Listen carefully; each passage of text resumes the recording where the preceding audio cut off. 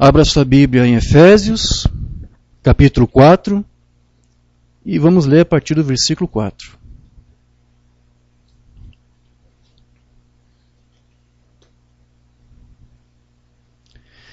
Efésios 4, versículo 4, vamos ler até o versículo 6.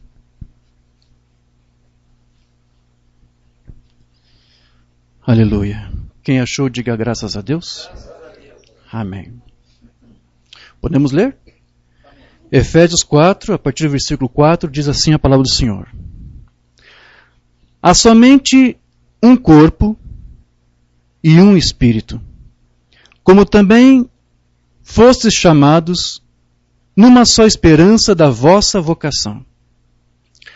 Há um só Senhor, uma só fé, um só batismo. Um só Deus e Pai de todos, o qual é sobre todos, age por meio de todos e está em todos. Digam graças a Deus. Querido Deus, essa palavra que foi lida, e pedimos a Tua graça e a Tua misericórdia mais uma vez nesse instante, Senhor, para que Tu nos ajude, iluminando nossas mentes, nossos corações e nos dando entendimento da Tua palavra. Que Tu possas aqui fortalecer nossas vidas e fundamentar nossos passos, Senhor, neste fundamento que é o Teu Cristo, que é a Tua palavra, e que Tu nos ajude, que através dessa palavra e com o entendimento aperfeiçoado da Tua palavra, nós possamos sair daqui como fiéis, mais sólidos, mais fundamentados, mais esclarecidos, Senhor, acerca de Ti, dos Teus mistérios, da Tua palavra e dos Teus planos, dos Teus propósitos para nós, para a Tua igreja, para a noiva de Cristo nesse tempo do fim. Pedimos esta bênção, Senhor, para cada um que está aqui. Abrimos agora as nossas mentes, nossos corações, para que Tu venhas nos dar o entendimento. Ajude-nos, Senhor. Te damos liberdade agora ao Teu Santo Espírito neste lugar. Faça-se presente. Somos necessitados de Ti. É o que Te pedimos e Te agradecemos. No nome de Jesus Cristo. Amém. Sublime graça do Senhor, que há um infeliz salvou. Eu cego fui, mas vejo já. Perdido ele me achou. Amém. Graças a Deus. Podeis tomar vossos assentos. Graças a Deus. A leitura que eu fiz dessa escritura foi baseado na tradução João Ferreira de Almeida, Revista Atualizada. Ontem o irmão Rosendo e a irmã Ellen estávamos vendo algumas traduções, né? E vimos aqui as diferenças que há entre traduções, versículos que estão incluídos em algumas Bíblias e outros não estão, né? Pedi para a irmã Ellen, procurei a Mateus 17, 21. Aí tá, achou numa, aí foi numa outra e não achou, por quê? E na outra também não achou. Então é bom a gente fazer essas pesquisas, entender por que essas coisas, né? E é bom você também ter várias Bíblias, né? Eu gosto dessa tradução por causa de algumas pequenas particularidades que talvez nós possamos tratar aqui. Mas aqui a escritura que nós lemos, Paulo disse que há um só corpo e há um só espírito. E este corpo é o corpo místico da igreja. É o corpo místico de Cristo, que está sendo formado, ou que vem sendo formado por Deus ao longo das eras, através deste Espírito, desse único Espírito, o Espírito Santo de Deus. Esse Espírito vem selando eleitos ao longo das eras da igreja, para que depois este corpo, quando estiver totalmente completo e perfeito, venha ser, então, preparado para ser levado no dia do arrebatamento. Então aqui ele fala, só existe um corpo, quer dizer, só existe um corpo verdadeiro, porque existe um outro corpo, existe uma outra vinha, existe uma outra igreja, mas Paulo aqui está falando daquele que é o verdadeiro. Só existe um. Só existe um corpo, só existe uma palavra, é isso que ele está falando, só existe um espírito, mas você sabe que há outros espíritos. Amém? Então ele diz, só existe um Espírito verdadeiro, só existe um corpo de Cristo verdadeiro, embora haja outros. Né? Aí ele diz, como também fostes chamados em uma só esperança da vossa vocação. Então ele está dizendo, este corpo que está sendo formado é porque ele foi vocacionado, foi chamado por Deus, está sendo formado por Deus através da sua palavra, chamado por este Espírito de Deus, o Espírito verdadeiro.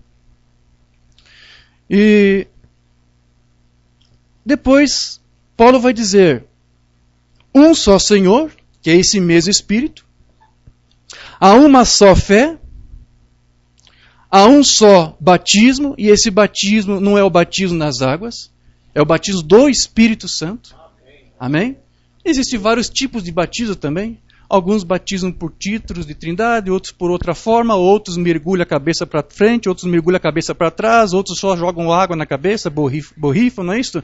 Então há vários tipos de batismo, mas esse batismo aqui é o batismo do Espírito Santo, só existe um batismo do Espírito. Depois ele vai dizer, há um só Deus e Pai de todos, o qual é sobre todos e por todos e em todos vós. Aqui vejo que já estou lendo uma outra tradução, né? Mas aqui ele disse, há um só Deus e Pai de todos. Opa, será que o nosso Deus é realmente Deus de todos? E será que o nosso Deus é um Pai de todos? Não. Você nunca pode esquecer daquela oração que Jesus fez lá, na sua oração sacerdotal, ao seu Pai. Ele disse, Pai, eu não rogo pelo mundo, mas por aqueles que tu me deste, porque são teus. Então, se ele não podia orar pelo mundo, é porque Deus não é Deus de todo mundo. Deus não é Pai de todo mundo. Então, há uma contradição com o que Paulo disse aqui? Não, você está entendendo. Ele está falando de um só corpo, que é a igreja verdadeira. E deste corpo, dessa igreja verdadeira, ele é Pai deles. E ele é Deus deles. Há outros corpos, há outras igrejas que dizem ter Deus como seu Deus e seu Pai. Mas quando você vai ver a sua confissão, o tipo de fé que eles têm, o tipo de palavra que eles têm, o tipo de doutrina, o tipo de fundamento, você vai ver que eles não têm esse Deus da Bíblia como seu Deus, não têm ele de fato como seu Senhor, como seu Pai. Então aqui, Paulo está dizendo, há um Deus que é o Deus de todos. De todos quem? Daqueles que são vocacionados. Daqueles que são chamados. Aqueles que Deus tem chamado, desse ele é Deus e ele é Pai. Não de todo mundo que está aí. Aí depois Paulo diz, né? Eu vou ler aqui a tradução que eu li antes, porque ele disse, e esse Deus, que é Pai de todos, daqueles que ele chamou, daqueles que ele vocacionou, ele é sobre todos, e aí ele diz aqui, ele age por meio de todos. Eu gosto da tradução por causa disso. Aqui Paulo diz que esse Deus, ele não apenas vocaciona alguém para fazer parte de um corpo, mas ele faz o que depois? Ele fica sobre este povo e ele age por meio desse povo. Ele age através deste povo. Então aqueles que são vocacionados, aqueles que são eleitos, aqueles que são ordenados, predestinados por Deus, Deus os tem como seus filhos. Mas para quê? Para que Deus está fazendo isso? Para primeiro estar sobre eles e depois agir por meio deles. Deus gosta de fazer assim. Deus sempre atuou por meio de vasos. E nesses últimos dias agora, o vaso que Deus está usando quem é? É você. Se você é um eleito, um ordenado, é um desses que Deus tem vocacionado, Deus está agora mesmo, sim, agindo por meio de você. Amém. Através de você. Tem uma escritura que eu notei aqui, eu quero ler para você rapidamente, 2 de Reis 19. Eu quero ler essa escritura. Onde lá fala do rei Ezequias. Quando o rei Ezequias teve que fazer algumas coisas duras, difíceis nos seus dias, mas Deus consola ele dizendo, olha, isso tudo que eu estou mandando você fazer, foram coisas que eu planejei já há muito tempo. 2 de Reis 19, verso 25, diz assim, Deus vai dizer aqui para ele, acaso não ouviste que já há muito tempo dispus eu estas coisas? Então veja, aqui Deus está dizendo para você que há muitas coisas que acontecem e Deus já dispôs. Deus já determinou. Deus já estabeleceu. Amém. Quanto tempo foi isso? E antes da fundação do mundo. Ele vai dizer que depois, já desde os dias remotos o tinha planejado. Então aqui Deus está dizendo, eu planejo coisas, eu disponho coisas já há muito tempo. Há muito tempo eu já fiz meus planos de como que eu quero que certas coisas aconteçam, aonde que vai ser, quando que vai ser, o tempo oportuno para cada uma delas. Eu já dispus tudo isso, eu já planejei tudo isto. Agora, porém, as faço executar e eu quis que tu reduzisses a montões de ruínas as cidades fortificadas. Então aqui Deus está dizendo, olha, eu planejo as coisas. Eu determino todas as coisas. E depois o que eu faço? Eu executo as coisas, mas eu estou usando você para executá-las. Quem faz é Deus, mas Ele usa vasos. Veja que mudou alguma coisa do Antigo para o Novo Testamento. Paulo disse, Deus está por meio de você, agindo através da igreja. Para que isto? Para que Deus está fazendo isso? Agora você está entendendo. Ele tem planos lá, antigos, que Ele já estabeleceu. E cada um, no seu tempo determinado, Deus escolhe, Deus vocaciona, Deus chama para dizer, agora eu quero que você execute aquilo que eu planejei fazer.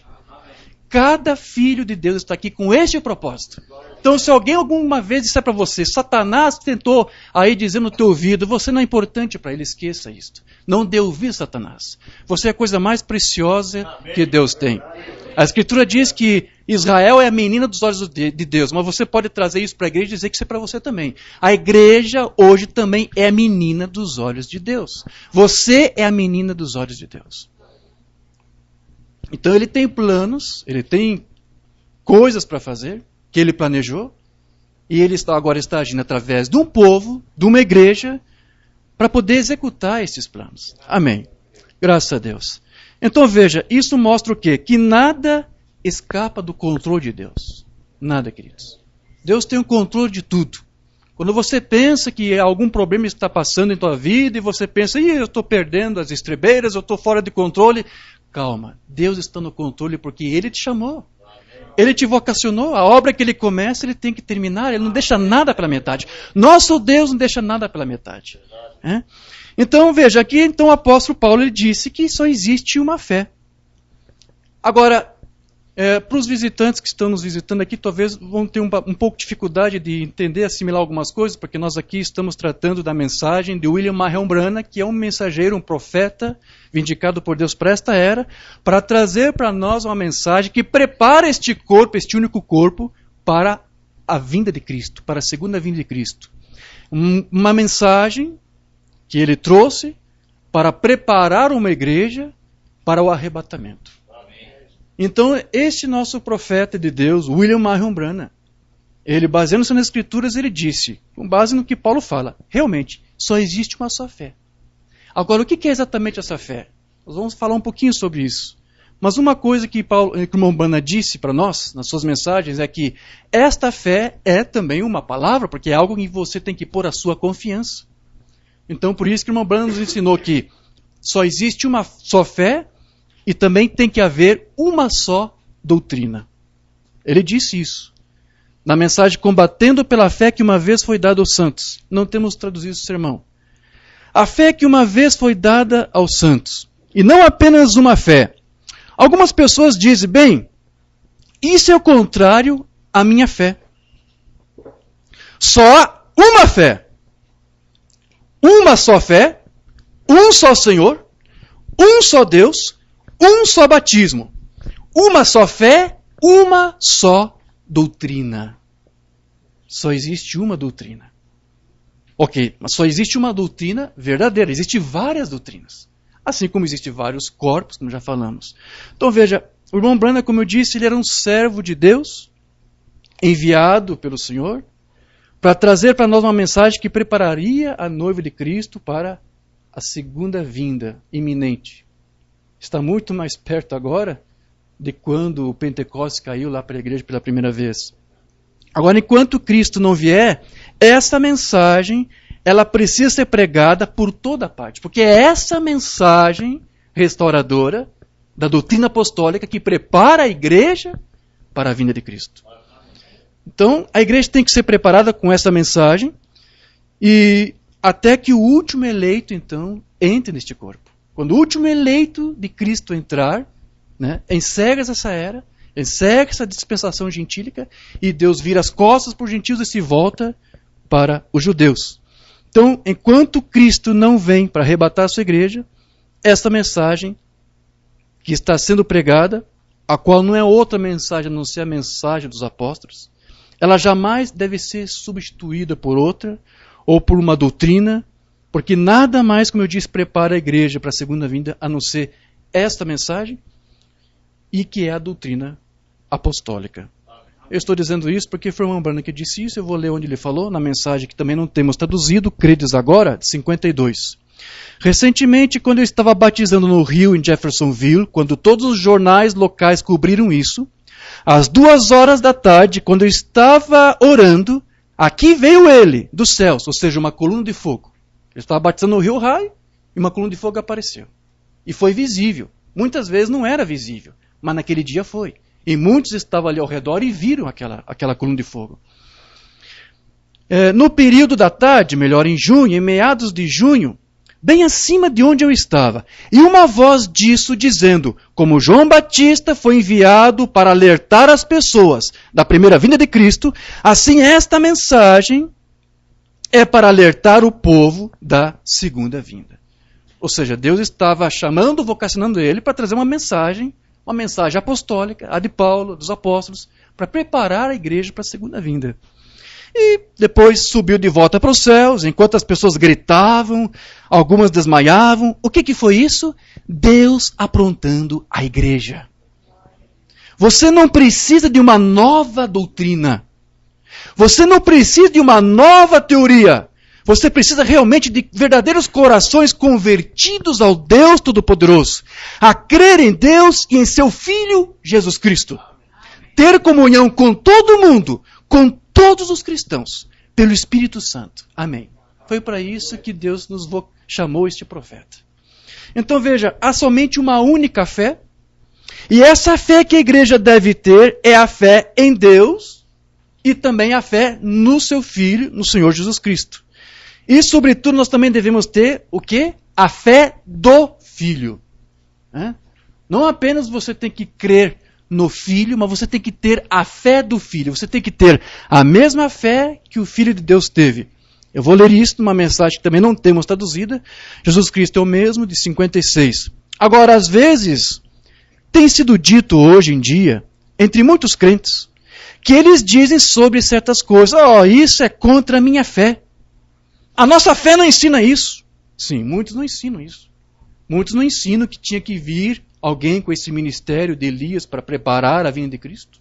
Assim como vai haver um Elias para os judeus, teria que haver um Elias para os gentios. Sim, porque Deus está tratando hoje com os gentios. Isso não faz parte da minha fé. A irmã Bana vai dizer, só há realmente uma só fé. Assim diz a Bíblia, um só Senhor, uma só fé, um só batismo, um só Deus. E há uma só fé, e que é a fé do Senhor Jesus Cristo. Então a fé que nós precisamos para o arrebatamento é a mesma fé também que nós precisamos para ter a nossa experiência do novo nascimento. É a mesma fé que nós precisamos para a nossa cura divina. É a mesma fé que nós precisamos para que Deus nos ajude em nossas finanças. É a mesma fé que nós precisamos para ter no nosso lar. É a mesma fé. Então, se algum santo não tiver fé para uma dessas bênçãos mencionadas, consequentemente também não vai ter fé para as outras. Porque aquele que recebeu a fé de Cristo não pode crer em algumas coisas e descrer em outras. Se você tem essa fé, você tem que crer em tudo e você tem que aceitar toda a palavra. Então, a fé de Cristo faz o eleito crer em tudo e a não duvidar de nada. Então esse tipo de fé é a mesma fé que Cristo possuía para curar, para orar pelos enfermos, porque Jesus também tinha uma fé. Ele fazia aquelas obras porque ele tinha fé no Pai, que lhe daria o poder e a autoridade para fazer aquelas obras. Porque ele sabia que Deus estava disposto a responder a sua oração pelo fato dele ser quem ele era. Quem que ele era? O Filho unigênito de Deus. E o que permite Cristo viver em nós é termos a mesma fé do Filho de Deus. Foi o que Paulo disse em Gálatas, que eu quero ler aqui, Gálatas 2:20. Já estudamos isso, mas eu preciso repassar tudo isso para os irmãos. Já estou crucificado com Cristo e vivo não eu, mas Cristo vive em mim. E a vida que agora vivo na carne, vivo na fé do Filho de Deus, o qual me amou e se entregou a si mesmo por mim. O irmão Branham lia a sua Bíblia lá do inglês, King James, o Rei Tiago, e é assim que estava lá. Algumas Bíblias do português está a fé no Filho, e não é. É a fé do Filho. Irmão Diógenes, qual é a diferença em dizer a fé no Filho e a fé do Filho? Há alguma diferença? Quando você diz que você tem a fé no Filho, ou quando você diz que tem a fé em Cristo, você está dizendo que tem uma confiança e você tem um entendimento. Mas quando você diz que tem a fé no Filho, você está, na verdade, expondo um conhecimento que muitas vezes pode ser o teu conhecimento pessoal e baseado talvez até numa experiência, talvez nem seja baseado nas Escrituras. Então você diz, eu tenho fé no Filho. Mas de que forma? Qual é o entendimento que você tem? Então, quando você diz que você tem a fé do Filho, é bem diferente. Porque agora você não está dizendo que você tem uma fé particular sobre Jesus, ou o que você pensa acerca dele. Quando você diz que tem a fé do Filho, quer dizer que você tem o entendimento dele da mesma forma como ele tinha acerca de si próprio. Então é muito diferente você dizer que tem a fé no Filho e do Filho. Então Paulo disse, Cristo vive em mim por quê? Porque ele não tinha fé no Filho, ele tinha a mesma fé que o Filho tinha. Ele tinha o mesmo entendimento que o próprio Filho tinha acerca de si próprio. Então, quando você possui a fé de Cristo, a fé do Filho, você não está mais levando em consideração o que particularmente pensaria a respeito dele, mas o que ele mesmo pensava e ensinava acerca de si mesmo. Amém. Então, existem doutrinas criadas aí, evangelhos, onde fala sobre Cristo, e muitas vezes nada tem a ver com aquela única fé aqui, essa única doutrina que Paulo está falando. Então, os sinais de Deus, eles sempre acompanham aqueles que têm esta fé do Filho. O Filho tinha uma fé, e o Mambana fala uma mensagem. Qual é a fé que o Filho tinha? A fé de quem ele era, o Filho de Deus. E porque ele sabia que ele era o Filho de Deus, o enviado de Deus, os sinais o acompanhavam. E todos aqueles que são filhos de Deus, os sinais de Deus também têm que acompanhá-los. Enoque foi arrebatado, porque andava com Deus. O que foi isso? Um sinal. Quando você dispõe a tua fé publicamente, sinais têm que acompanhar. Só estou dando um exemplo aqui para você. Deus arrebatou Enoque para ele não ver a morte. Isso foi um sinal de livramento. Foi algo que Deus fez.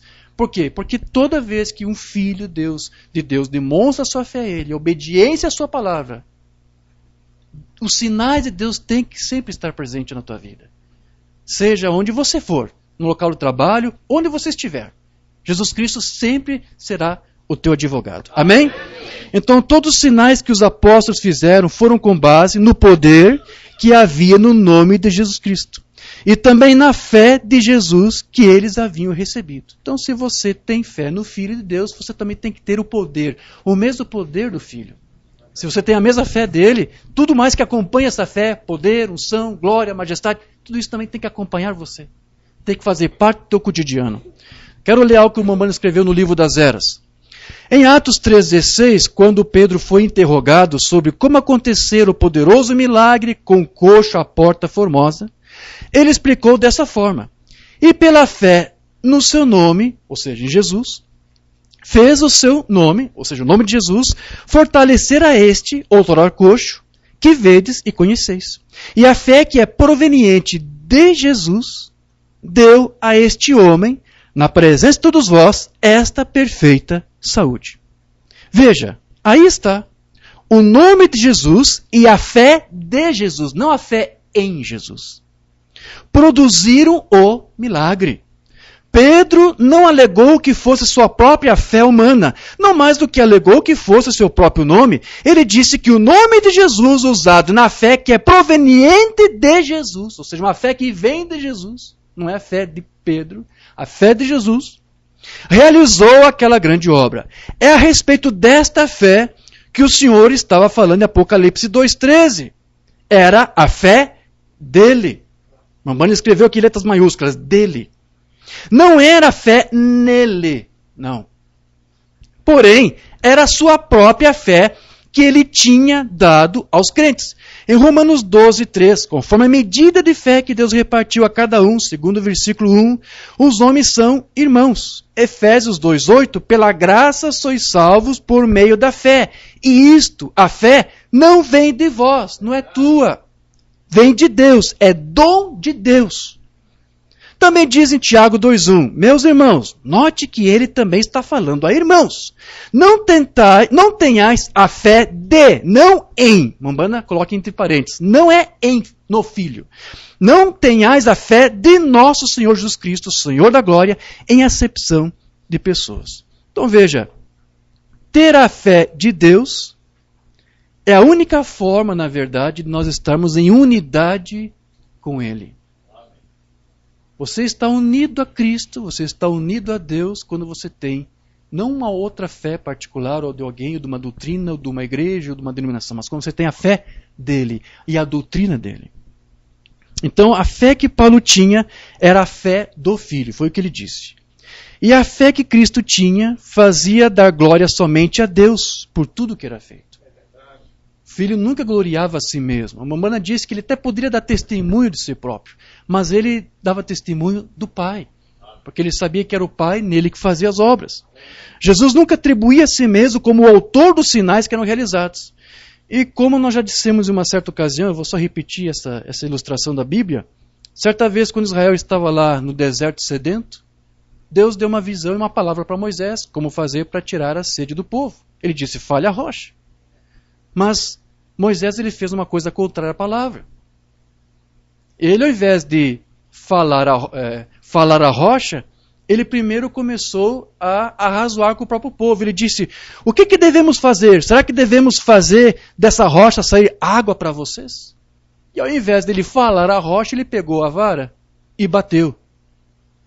Feriu a rocha. E não foi uma, foram 2 vezes. Que era um gesto simbólico ali. Então, ele disse isso porque ele viu numa visão que era daquela maneira que Deus iria providenciar ali a água para aquele povo sedento no deserto.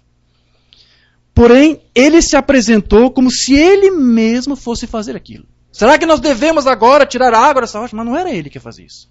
Tudo bem, nós lemos aqui agora há pouco. Deus tem os seus planos. E Deus sabia que aquele povo ia ter sede. Muito tempo ele já sabia. E aquela rocha já era a rocha certa. E Deus somente iria usar o seu vaso ali para executar. Mas agora Moisés estava se apresentando. Será que eu devo fazer? Será que agora tem que fazer isso para vocês? E ao invés de ele falar a rocha, ele feriu a rocha. E ele feriu, como eu disse, por 2 vezes. E como eu disse, aquele gesto era um gesto simbólico, que se tornou depois profético. Porque a rocha ali tipificava quem? Cristo, o Senhor Jesus Cristo. E como ele feriu a rocha 2 vezes, Cristo seria ferido 2 vezes.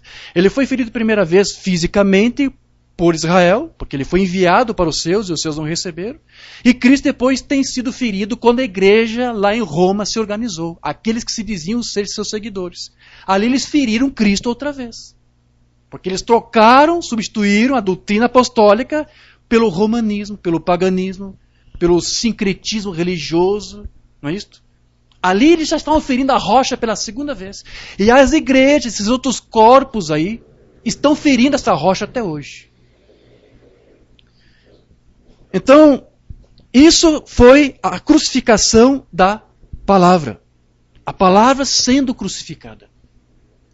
E a atitude de Moisés fez com que a glória de Deus para aquele milagre fosse atribuída, como eu disse, a si mesmo, pelo acontecido, ao invés de Deus. E por causa disso, Moisés foi proibido de entrar na terra prometida. Mas o Filho de Deus, ele atribuía tudo de volta ao seu Pai, não a si mesmo. Essa era a fé que Jesus tinha. Que era uma fé que o Mambana chamava de fé perfeita. E tem uma mensagem com esse título que eu vou ler aqui. Jesus teve fé na palavra de Deus, que disse o que ele era. E ele sabia, com essa fé perfeita, que ele era o Messias ungido.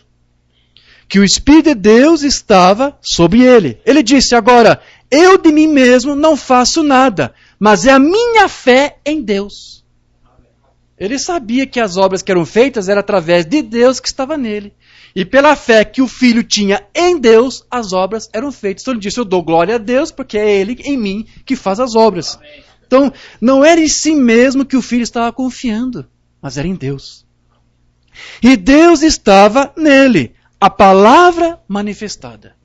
Deus, a palavra, estava se manifestando através do seu Filho. Vamos voltar para Efésios? Porque Paulo disse ali que Deus está em todos, sobre todos, age por meio de todos. Para que isso? Para que hoje, através de você, essa mesma palavra possa também se manifestar. Amém. É para isso que Deus está colocando você aqui, posicionando você aqui com uma palavra. Para que Ele possa agir sobre você e para que, assim como o Filho unigênito manifestou a palavra, você hoje possa ser um vaso onde Ele, Deus, possa se manifestar. E quando a palavra de Deus entra em você, diz Mombrana, ela é manifestada. Porque você é um crente, vê? E um crente é a fé de Deus que se move em você. Então, quando você é um crente na fé única, na doutrina única, então Deus mesmo vai reivindicar esta fé, que é dele, e vai mover-se através de você. E vai executar aqueles antigos planos, coisas que Deus tem para fazer ainda na tua vida.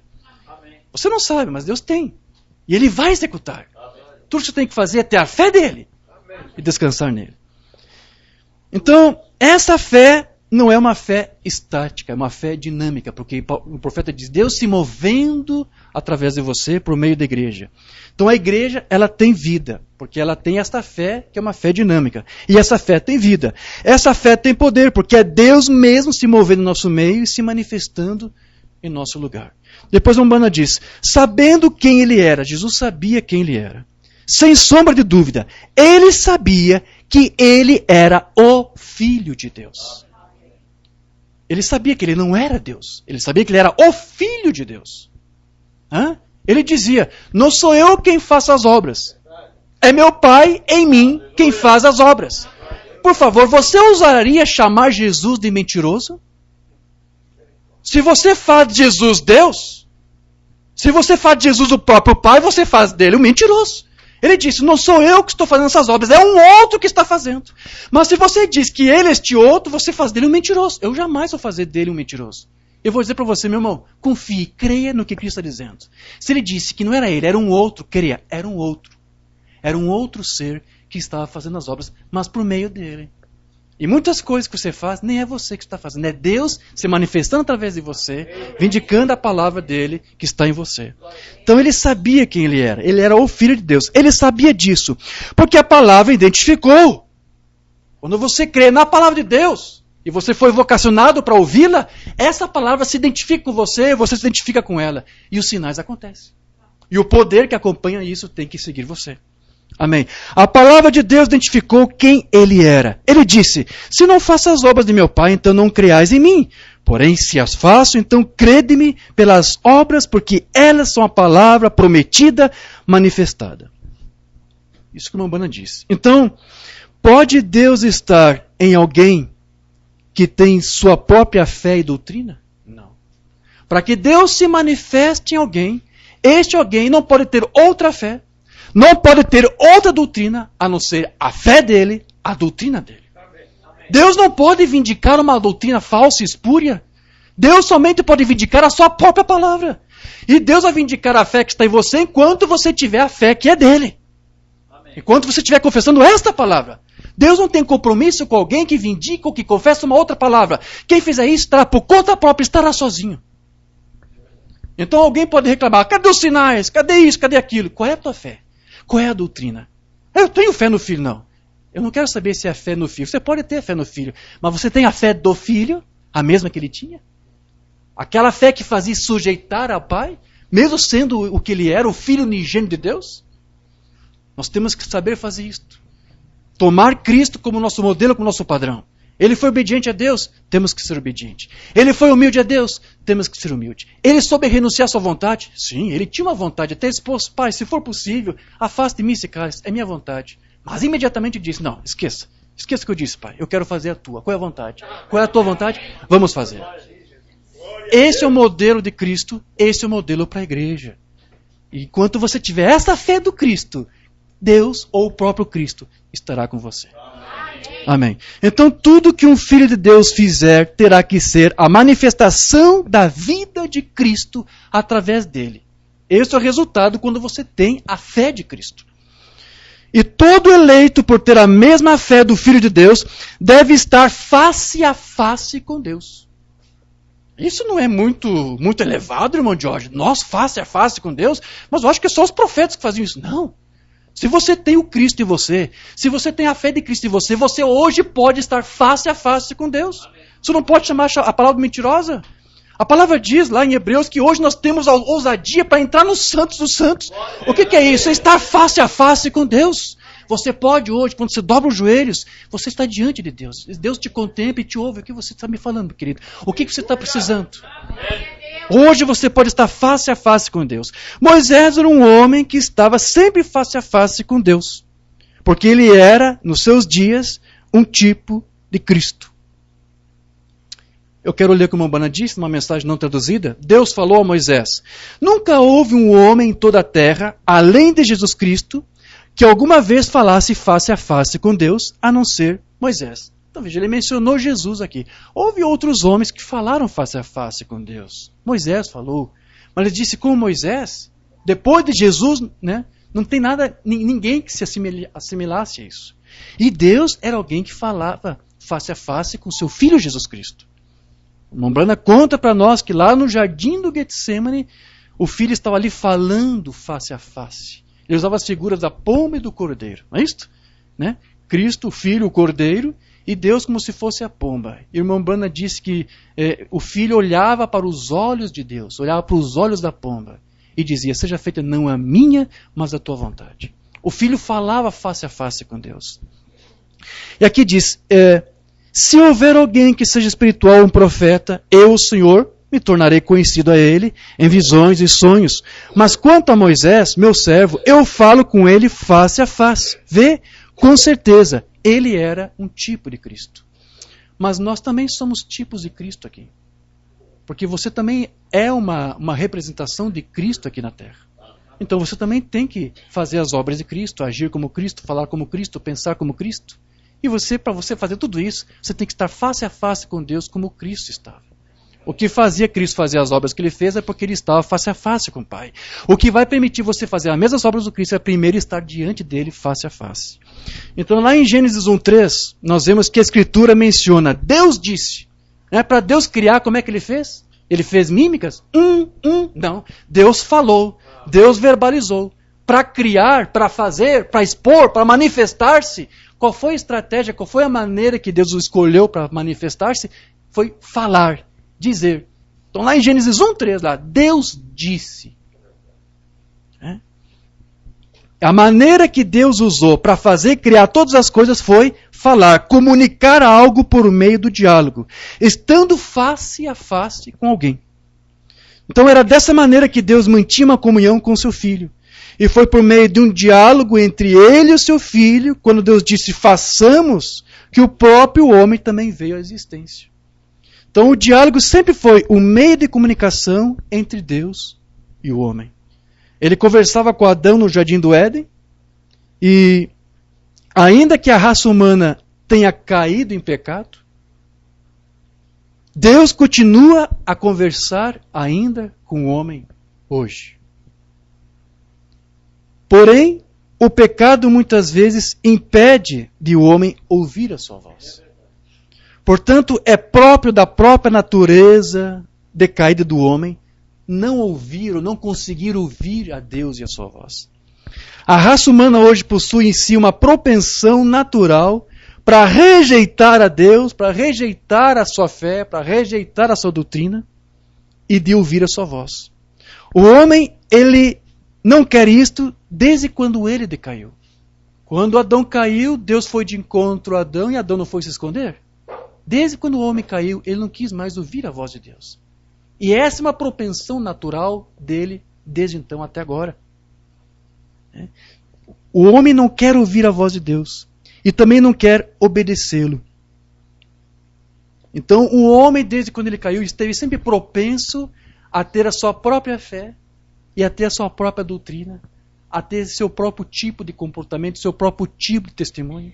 Muitas pessoas de fora dizem, eu creio em Deus, mas eles creem em Deus da sua própria maneira, do seu próprio jeito. Por que isso? Porque desde quando o homem caiu, sempre foi assim. Ele escolheu o seu próprio tipo de fé, seu próprio tipo de doutrina. Por isso que é muito importante, o que nós dissemos antes, você tem fé no Filho ou fé do Filho? Mamana disse na mensagem que não temos traduzida, Senhor, mostra-nos o Pai, de 53.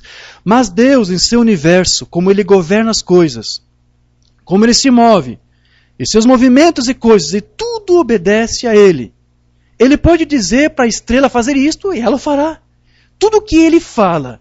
Somente uma coisa que não obedece a Ele, e esse é o homem.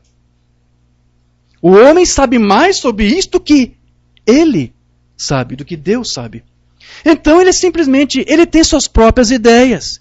E deste modo, ele não ouvirá Deus. Mas se um homem simplesmente abrisse os olhos e olhasse ao redor, você pode ver Deus em toda parte. Amém. Então agora, nós podemos ouvir a Deus quando também nós lemos a sua palavra. Quando você lê a palavra, é uma forma, uma maneira de você ouvir a Deus, porque Paulo disse, a fé vem pelo ouvir, e ouvir pela palavra de Deus. Irmã Bana disse que uma das formas de você ouvir a Deus é pelo processo da audição, mas também pela visão, pelos olhos, porque, como a irmã Bana disse aqui, que nós acabamos de ler, você pode ver Deus em toda parte. Então nós podemos ouvir a Deus quando prestamos atenção nas coisas que Deus está fazendo ao nosso redor. Então, na verdade, nós ouvimos a Deus hoje, não por um dos 5 sentidos da carne, ou pela visão, mas através daquilo que o profeta chamava de o 6º sentido, que é o sentido da fé. É a maneira de você ver Deus pela fé. Portanto, quando Paulo disse que a fé vem pelo ouvir a palavra, ele não estava limitando apenas o sentido da audição. Não. Mas desse 6º sentido que o Mambana nos falava, que permite que você ouça Deus, segundo as suas múltiplas maneiras de falar conosco, de se comunicar. Então, o irmão Brana, ele nos ensinou que ouvir significa o quê? Alguém lembra? Entender. Dizer que você ouviu significa que você entendeu. Deus disse na sua palavra lá, que Israel no deserto pereceu porque o próprio Deus não deu para eles um coração para entender, olhos para ver e ouvidos para ouvir. Foi Deus mesmo. Toda aquela geração se perdeu porque Deus mesmo não deu para eles o entendimento. Se Deus abrisse o coração, se desse ouvidos para ouvir e olhos para ver, eles teriam ouvido e entendido. Né? O que é isso? É a ordenação de Deus, é a predestinação de Deus. Isso não depende de quem quer ou de quem corre, mas de Deus que usa da sua misericórdia. Então, quando você ouve, quer dizer, quando você entende o que você ouviu. E você prova que você entendeu quando? Quando você obedece. E as bênçãos e a aprovação de Deus só vêm para aqueles que obedecem à sua palavra. Alguém pode dizer que ouviu a palavra. Alguém pode dizer que creu na palavra. Mas você só vai ver os resultados disso quando você de fato ouve, que é entendendo e recebendo e obedecendo. Mensagem Mombrana, ouvindo, reconhecendo e atuando sobre a palavra de Deus, de 60. Em primeiro lugar, a fé vem pelo ouvir. Ouvir a palavra de Deus. Então o crente a ouve, a reconhece e age sobre ela. Ou seja, obedece. Não é isso? O homem carnal vai ouvi-la, vai ouvir o som dela, mas nunca vai obedecer. Ouvir significa entender. A menos que um homem seja nascido de novo, ele não pode ver ou entender o reino de Deus. Então, ouvir tem a ver com o quê? Com o entender. E o homem carnal ele pode ouvir pela audição, mas isso não significa que ele ouviu de fato a Deus. A menos que ele tenha entendido aquilo que ele ouviu. Então você não ouve realmente a Deus com o sentido literal da audição, mas com o 6º sentido da fé, que abrange todos os sentidos. Todos os canais por meio do qual Deus pode se revelar e se manifestar a você. Então, mas para que alguém possa receber a mensagem de Deus, ele deve primeiro ser um eleito para isto. Né? Mombana disse, se você não nasceu de novo, você não vai entender. Né? Então, alguém que foi ordenado por Deus para ouvir.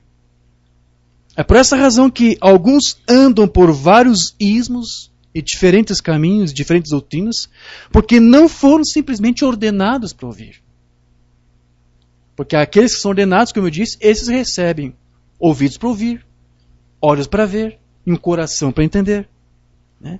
Então, mas todo homem ou mulher que foi predestinado para ouvir a voz de Deus, buscará Ele por sua segurança e estará face a face com Deus, sustentando aquela mesma fé que o Filho de Deus tinha. Outra mensagem do Umbanda que não temos traduzido, o caminho provido por Deus, 53. E eu creio que hoje, quando os sinais e maravilhas estão aparecendo em todos os lugares da vinda do Filho de Deus, ou seja, antes que Cristo venha, sinais têm que se manifestar, para dar testemunho de que sua vinda está próxima. Então nós temos visto esses sinais de Mambrana. Isso é uma prova de que ele está próximo. Né? E eu creio que quando esses sinais e maravilhas aparecem, provando que o Cristo está próximo, né? Eu creio que cada homem ou mulher que é ordenado por Deus para ouvir a voz de Deus, ouve a esse rebocador e eles empurram para a arca tão rápido quanto eles podem ir, ficando em segurança, pois é o caminho provido por Deus para o homem escapar. Mamãe aqui está dizendo, aqueles que são ordenados por Deus no tempo oportuno, eles vão vir e eles vão ouvir, e eles vão entender, e eles vão receber. Amém. Porém, hoje a voz de Deus, ela está se tornando cada vez mais rara de se ouvir. Porque, como eu disse, há uma só fé, há uma só doutrina, há um só Espírito, que leva você para este caminho perfeito de Cristo. Mas há outras fés, há outras doutrinas, há outras unções e há outros espíritos. E, por consequência, há outras vozes, há outras revelações. E essas outras vozes diferentes abafam essa voz de Deus. Então, uma das razões do porquê a voz de Deus é tão rara de se ouvir hoje é porque há tantos outros vasos falsos transmitindo uma voz falsa, com sinais até verdadeiros, genuínos, mas a mensagem é falsa. Umbanda disse, não atente para os sinais, mas para a voz que acompanha o sinal, ou seja, qual é a fé que está atrás, qual é a doutrina que está sendo divulgada, ou o que ela está promovendo. Então, hoje há muitas vozes, muitas doutrinas sendo pregadas, que entorpecem os sentidos das pessoas, impedindo que elas ouçam a voz de Deus. E isso tem sufocado e se tornado uma coisa rara em nossos dias. Umbanda diz na mensagem, ouça a sua voz. Agora Jesus, aos 12 anos, o qual foi o nosso exemplo, ele disse, não sabeis que eu deveria estar na casa de meu pai? Não é de admirar que a voz de Deus seja uma coisa rara hoje em dia. Ela é sufocada por tantas vozes diferentes. Por tantas coisas que escurecem e tiram. Chega um ponto até que entorpece os nossos sentidos, até que não possamos ouvir a voz de Deus. Nossos sentidos de onde deveríamos nos mover e entender que vocês são homens e mulheres e que vocês são a criação de Deus e que foram colocados aqui para servi-lo. Mas a voz de Satanás, os falsos profetas dizem, seja moderno. Né? Umbanda falava nas suas mensagens, Deus, ele tem chamado um povo para ver uma vida separada. Por que isso? Porque Deus busca por separadores. Mas as outras igrejas buscam por quê? Por misturadores. Eles misturam. Deus quer separação, querido. Então, conforme nós vimos lá no início, só existe uma só fé, só existe uma só doutrina, um só Senhor, um só Espírito, uma só unção, uma só revelação. E o irmão Branham, ele ensinou bem lá no final do seu ministério, lá em 65, porque quando eu fiz a pesquisa, foi a primeira vez que eu encontrei isso aqui, foi lá em julho de 65. Talvez alguns possam pensar que ele falou sempre isso. Não. Foi só no finalzinho do ministério dele que ele disse que a fé é o quê? Uma revelação. Portanto, só pode haver uma revelação. Porque quantas fés existem? Só existe uma só fé. Então, quantas revelações pode ter? Só pode haver uma revelação de Deus. Só há uma fé, uma doutrina, uma revelação. E essa revelação tem que ser a revelação do ensino da única doutrina apostólica. Amém. Okay. A Umbanda fala na mensagem Uns Dias dos Últimos Dias, né? Fé é uma revelação. Revelação da vontade de Deus. Assim, por revelação. E as igrejas hoje nem sequer creem em revelação espiritual. Elas creem no ensino dogmático de algum sistema. O que é isso? Aquelas vozes estranhas que impedem você de ouvir a voz.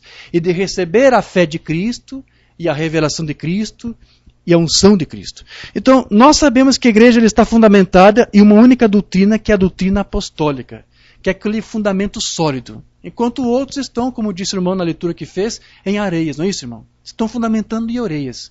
Né? Mas aquele que está fundamentado sobre a rocha de Cristo, esse é que vai ver os sinais de Cristo, esse que vai ver o poder de Cristo acompanhá-lo.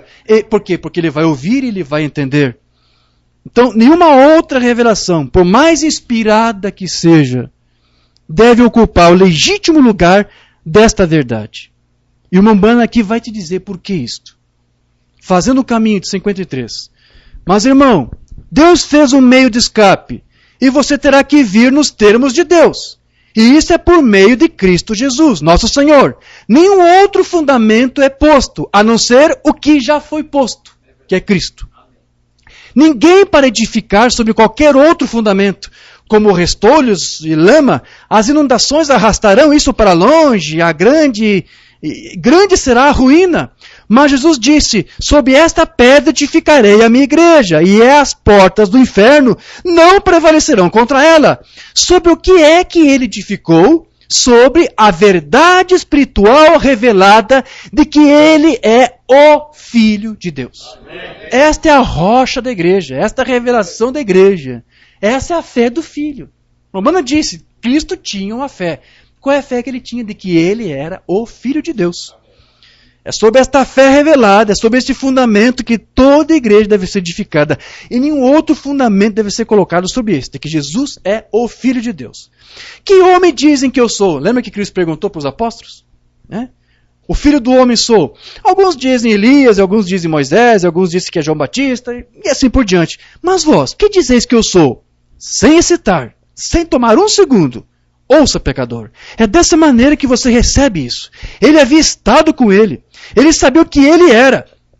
Quando você está com Cristo, você sabe quem ele era. Quando você está com Cristo, você sabe também quem você é. E você sabe de onde você veio e você sabe para onde você vai. Então Pedro sabia quem ele era porque ele estava convivendo ali com ele.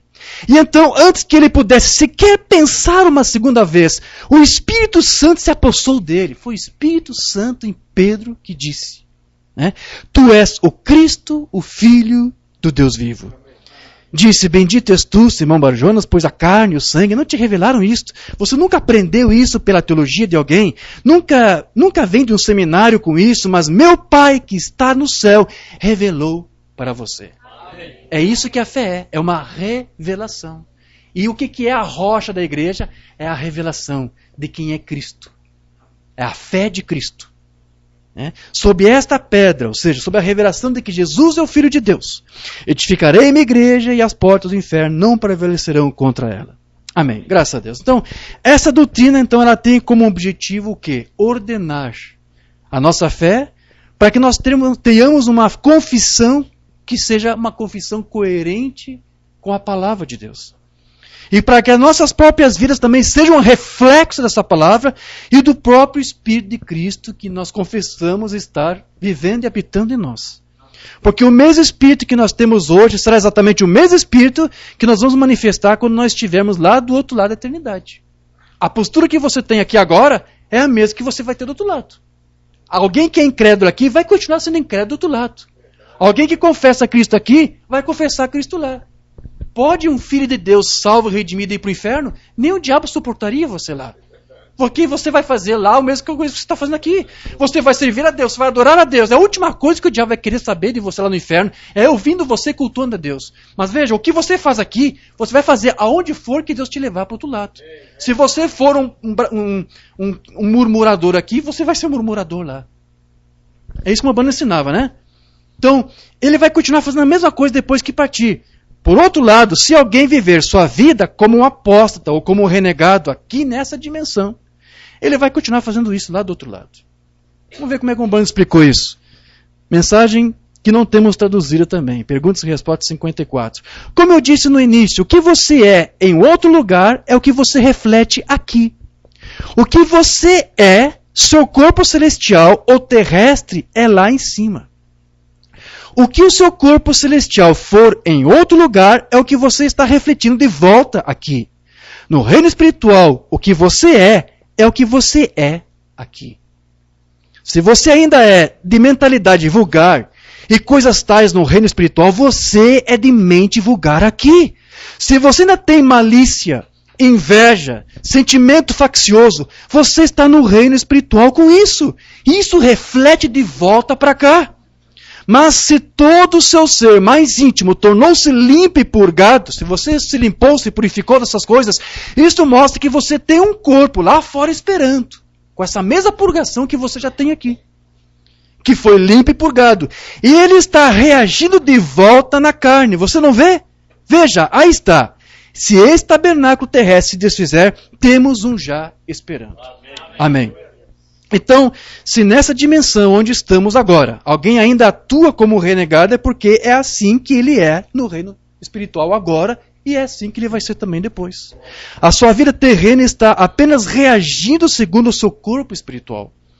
Pois, de acordo com o irmão Branham, o seu corpo está simplesmente ecoando e refletindo aqui o que já é lá em outro lugar. Porque, veja, tudo depende da predestinação.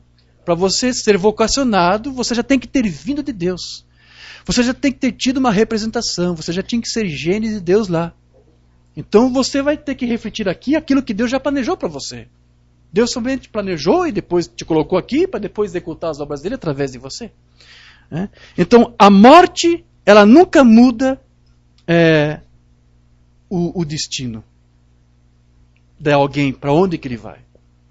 A morte muda apenas a morada de um homem, mas não o que ele foi e o que ele sempre será. A morte não vai mudar isto. Não dê ouvidos àquele ensino lá da igreja romana de que no purgatório você vai ter uma chance. Ou como os mormons, também soube que os mormons fazem isso, eles creem nisso aqui. Alguns dizem, entre eles, que se alguém morreu sem a chance de ser redimido, de ser resgatado, vai ter uma outra chance lá. Diz que lá é pregado para eles a palavra e é aberto duas portas e ainda é mostrado as portas, como que é o inferno e como que é o céu. E depois ele pode escolher para qual dos lados ele vai querer. Como se alguém disse isso, pregando isso, mostrando aqueles quadrinhos, né, aqueles diagramas. Né? Alguém disse isso, pregou, falou e eu fiquei impressionado com aquela doutrina. É uma outra fé, é uma outra doutrina. Como se alguém pudesse, o inferno é assim, eu gostei. Eu quero ir para lá. Sim, você tem livre-arbítrio. Mas não é assim. Então, o que você é aqui, diz Mambrana, agora, você vai ser lá do outro lado. A morte não vai mudar isto aqui em você. Deixa eu ler isto. Também não temos traduzido. Diga a este monte, de 57. Quando a feiticeira de Endor invocou o espírito de Samuel, ele ainda estava em seu manto de profeta. E ele ainda era um profeta. Ele foi um profeta, partiu, mas continuou sendo profeta. Ele disse a ela o que iria acontecer no dia seguinte. Ele profetizou, não é isto? Amém. Certamente, a morte não muda um homem. Ela apenas muda a sua morada. Então, se você é um filho de Deus, vocacionado por Deus, você vai ter que vir para onde você de lá saiu. Você vai voltar para o mesmo lugar de onde você saiu. Amém? Você saiu de Deus, você vai voltar para Deus. Amém. Se você é um pecador quando você morrer aqui, um incrédulo, você pode ser um membro leal de uma igreja. Mas se você morrer em sua incredulidade, com a fé em Cristo, mas não de Cristo, não restará mais nada para você, exceto ser condenado. Se você morrer na fé, isso é o que te salva. Tua fé te salvou. Você tem que ir para a vida eterna, porque essa sua fé em Deus é a vida eterna. É a mesma coisa. A fé que nós temos é a fé de Deus, é a fé de Cristo, é a fé revelada e é a fé que nos dá a vida eterna.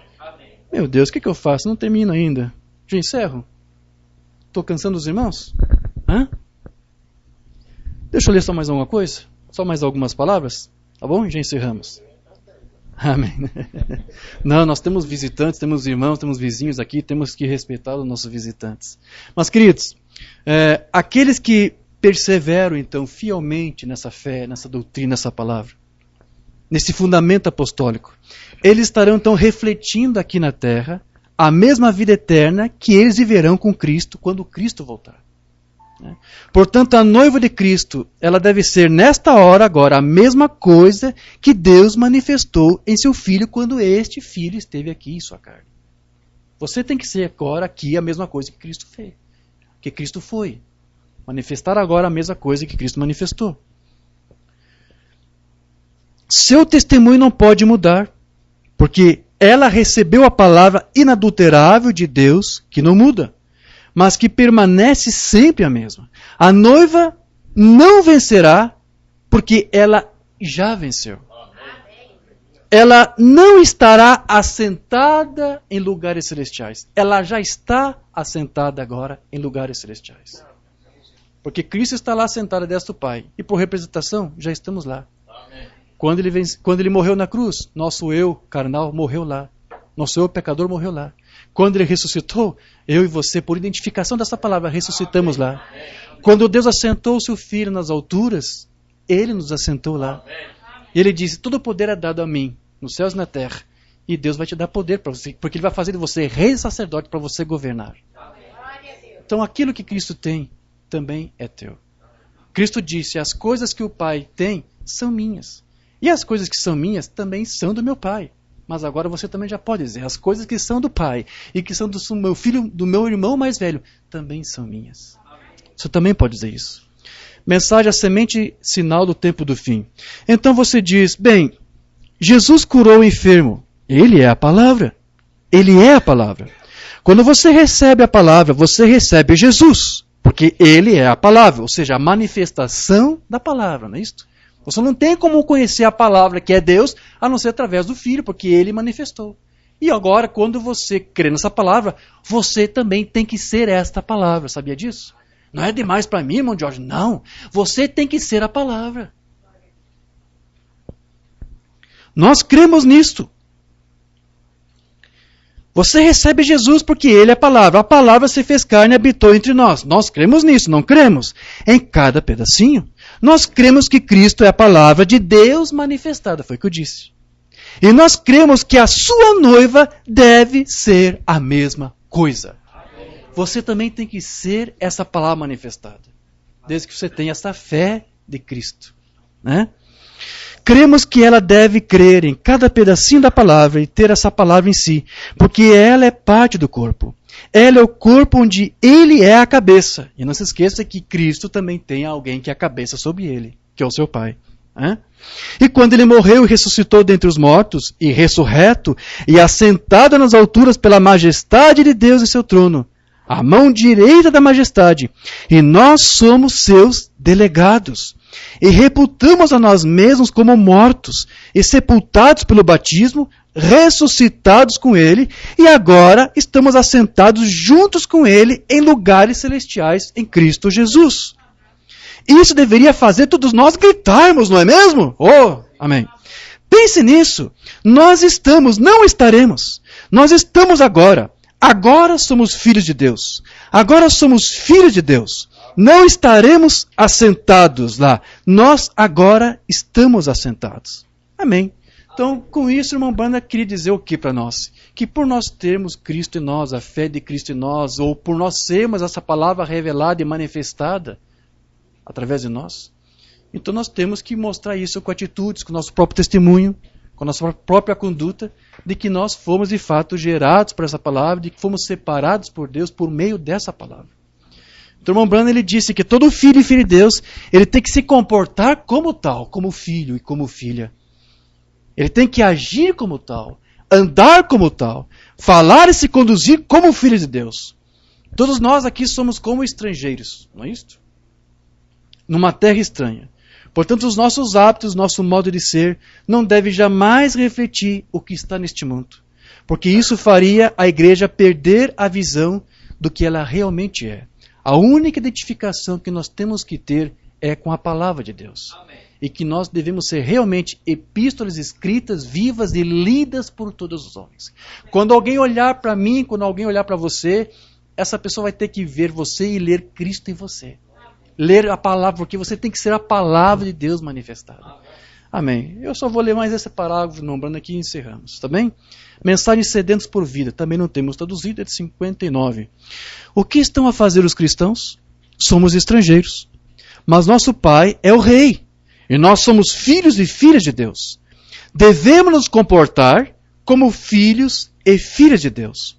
Quando eu vejo a igreja se tornando tão solta, e as mulheres em seu modo de se vestir imoral, e os homens fazendo a mesma coisa, isso me entristece. Porque somos filhos e filhas de Deus. E devemos agir e andar e falar e nos conduzir assim. Quando ficamos longe disso, tenho medo que haja algo de errado em nós. Perdemos a visão de quem somos. Porque a vida que está em nós é o que nos guia e nos dirige. Diga graças a Deus. A vida que está em você é o que vai te guiar, é o que vai te conduzir. Que Deus nos ajude para que a única vida, a única palavra, a única fé, a única unção, a única revelação que nós tenhamos em nossas vidas seja dessa palavra. Porque é essa palavra, essa doutrina que vai nos permitir agir como cristãos, falar como cristãos, nos comportar como cristãos. Amém, queridos? Eu teria mais aqui algumas notas, mas vou encerrar por aqui. Vamos colocar de pé e vamos falar com o Pai uma palavra de oração. Querido Deus e amado Pai Celestial, te damos graças, Senhor, por essa oportunidade que o Senhor nos concedeu e tentamos remir esse tempo da melhor forma possível para meditar na Tua Palavra e naquilo que nós temos aprendido através desta mensagem que Tu tem entregue para a igreja nesse tempo do fim. Nós temos dado testemunho através dessa palavra, Senhor, de que tudo que temos aprendido é realmente aquilo que Tu revelou através da boca dos Teus apóstolos e dos Teus profetas. E Tu tem velado para que a Sua palavra se cumpra. Porque nós temos dado testemunho de que através dessa fé que Tu nos deu, nós estamos aqui também como parte do cumprimento da Tua palavra. Porque Tu prometeu que uma noiva estaria aqui, reunida, separada nesse último dia, para dar testemunho de Ti da Tua palavra. E nós queremos crer, Senhor, que nós fazemos parte dessa noiva. Este corpo, Paulo diz, só há um corpo, só um só Espírito. Então, Senhor, esse é o nosso desejo, nós apresentamos a Ti esse nosso querer. E que nós sabemos que é o Teu querer. Porque a Tua palavra diz que é Tu que opera em nós, tanto o querer como o realizar. Tu faz planos e Tu mesmo os executa, Tu mesmo cumpre. E como dissemos no início, Senhor, essa fé que temos na Tua palavra, o que Tu faz, Tu termina e Tu completa. Porque Tu é o autor e o consumador da nossa fé. E que aprendemos hoje não é nossa, mas é do Teu Filho Jesus Cristo. Ou antes, a Tua própria fé, porque Ele teve que crer em Ti. Ele disse, a minha doutrina não é minha, mas do Pai que me enviou. Então, Senhor, ajude-nos a nos firmar nessa doutrina e nessa Tua palavra. Ajude-nos, Senhor, a sermos essa testemunha de Ti neste local onde aqui estamos, onde os Teus filhos aqui, Senhor, estão como estrangeiros. Nós possamos aqui dar testemunho dessa Tua palavra e que nós possamos também firmemente, Senhor, receber não apenas a Teu Espírito, mas os sinais e o poder do Teu Espírito que deve acompanhar a todos aqueles que confessam esta palavra.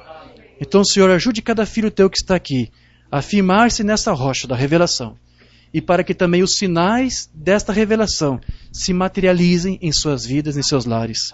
Se algum filho Teu aqui, Senhor, com alguma necessidade, seja numa falta de uma saúde, precisa de uma cura divina, ajude, Senhor. Dê o livramento, dê a libertação. Se alguém precisa de alguma porta de emprego, algum trabalho, Senhor, ajude o Teu filho, ajude esta família, Senhor. Nós encomendamos agora nossas vidas nas Tuas mãos e pedimos para que o Senhor venha de encontro às nossas necessidades. Porque nós repousamos nossa vida apenas em Ti e confiamos em Ti. Nos preocupamos apenas em servir a Ti, Senhor. Como o Teu Cristo disse, buscai primeiro o reino dos céus e Sua justiça, e tudo mais vos será acrescentado. Então, Senhor, nós somos aqui filhos Teus, posicionados na Tua palavra e cremos na Tua palavra.